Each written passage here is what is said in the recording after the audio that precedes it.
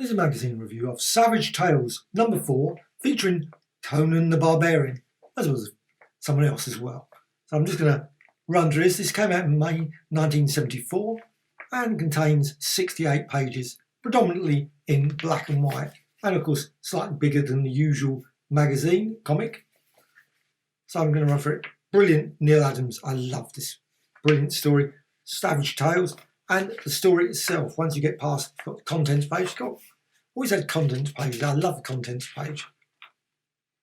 And you've got this Night of the Dark God. Brilliant work by Kane and Neal Adams, and of course Roy Thomas, who wrote lots of these Conan stories in the early days. Brilliant single page shot there. Just I love that, with a load of different battles and things that Conan has done. And also you've got a lot about his early childhood, battles, and Marla, obviously his love of his life. So it adds some interest to the story, makes it slightly different from the usual story. And there's also this dark god, this statue he goes across the sea with, and meets, of course, lots of people that basically want to have a fight. But what would there be without that in a Conan story? I'm not going to say what happens. So it's a good story. Then you got a very personal word from Roy Thomas, Star-Crossed Swords, art by Al Williamson, which is quite nice as well, a bit of art there. But what it does talk about is the story that's inside here, The Dweller in the Dark. This was originally written and drawn in 1971 for the black and white medium, but only printed to date in colour. So slightly odd in that respect. This was in Conan the Barbarian #12. And also it says here, and badly printed. And of course, it was one of the finest bits of Barry Windsor Smith's art. And of course, it's been included in here to actually see it in the black and white. And recently it's been reprinted in the brilliant omnibus editions, making it even better, frankly. I mean, I love these, but the omnibus editions make them even more amazing. Of course, this has had a few years to get a bit rough around the edges. And there's a variety of other information about Savage Tales magazine, also about giant-sized Conan, and much, much more. So it's quite a nice little article by Roy Thomas. Jason and his Electric Argonauts. And that's about the heroic fantasy in the films. And it's got lots of pictures. It's about the films and lots more pictures about the films. And then weirdly, and this is a bit weird, I think, the Crusader. Now, a great bit of art. I love Joe Manili art. There's nothing wrong with that at all. But it's very odd. It seems slightly out of place with the Savage Tales magazine. You would have thought something like Red Sonja or Solomon Kane. But no, the Crusader. All right. Joe Manili, should be more of his artwork available. Obviously, I'd love to see some volumes of things like the Crusader. Now, I think they might have been included in the Marvel Masterworks one. There was the Black Knight. I'm not certain if they were or not. I think they were. But still, I think there should be an omnibus edition, 2 or 3, of Joe Manili's art, because he was an amazing artist, sadly, who died in the 1950s. Could have been amazing during the 60s and 70s, I'm certain.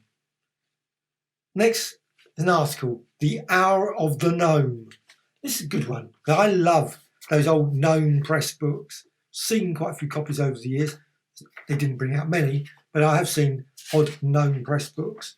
The Sword of Conan, Conan the Conqueror. Now, Conan always looks really weird when you see him sort of like drawn here.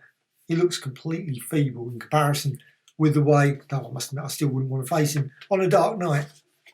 And you've got a lot of information, obviously, about this is 1952, The Sword of Conan, jacket designed by Greenberg associate David Kyle.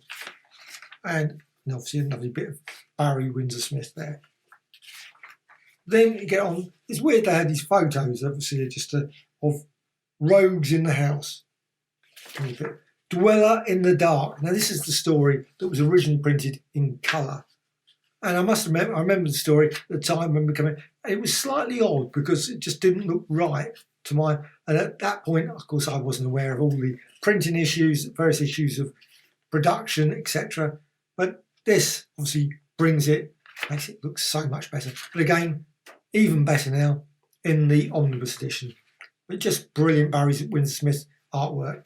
I just a great story as well. You've got this queen that's obviously has issues with Conan, is the best way to describe it. And it's a good story. The artwork is really crisp and sharp in this. And black and white looks just as good as colour. I've never been one particularly worrying about whether it's in colour or black and white. So this, absolutely superb. And then what do you get? The next issue, Mistress of Death. And also, at long last, I love this bit, we hope, Black Mark, the Gil Kane's epic hero lives again. Now, to be honest, I can't remember if that did get printed. I must go and quickly check to have a look to see if it is. The Seventh Voyage of Sinbad, The Hour of the Gnome, Part 2. And that's it. And the poster on the back. I wonder if anyone actually did rip the poster out and put it up on the wall. It's possible, I guess, but I doubt it. Anyway, this is a really good issue. Savage Tales 4, definitely recommended. I love all of the Savage Tales stories. Of course, later on, it became a magazine for Crusader.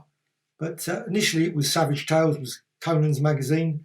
And, of course, went into Savage Sword of Conan and continued on for zillions of issues after that.